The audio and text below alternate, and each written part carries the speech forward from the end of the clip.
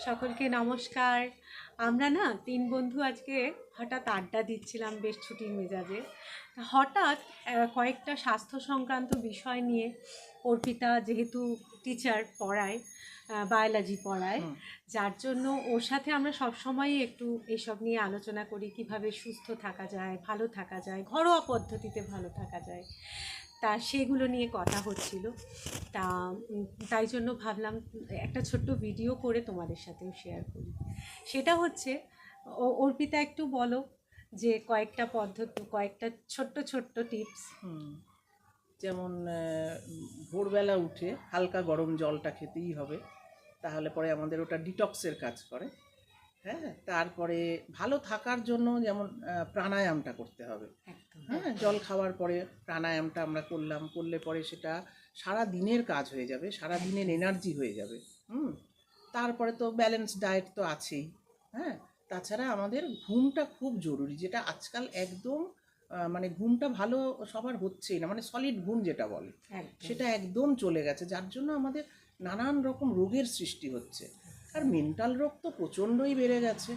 হ্যাঁ, মানে মানসিক শান্তির অভাব হয়ে গেছে। তো যেটা আমাদের ঘুমটা কিন্তু বিরাট একটা মানে মানসিক শান্তি রাখার জন্য ঘুমটা খুব দরকার, প্রায় 7-8 ঘন্টা ভালো ঘুম হতে হবে। তো এইগুলো আমরা কিছু কিছু জিনিস আমরা ফলো করব, আরও ডিটেল আমরা পরে আবার আলোচনা করব।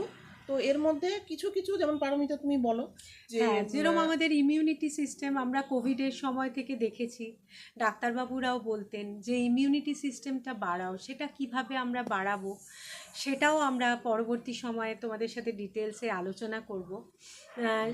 সেটা একটা খুব গুরুত্বপূর্ণ বিষয় যে ইমিউনিটি সিস্টেমটা, জানো তো আমাদের প্রকৃতি কিন্তু আমাদের দিয়ে দেয় যে কিভাবে আমরা নিজেরা নিজেদের রক্ষা করব।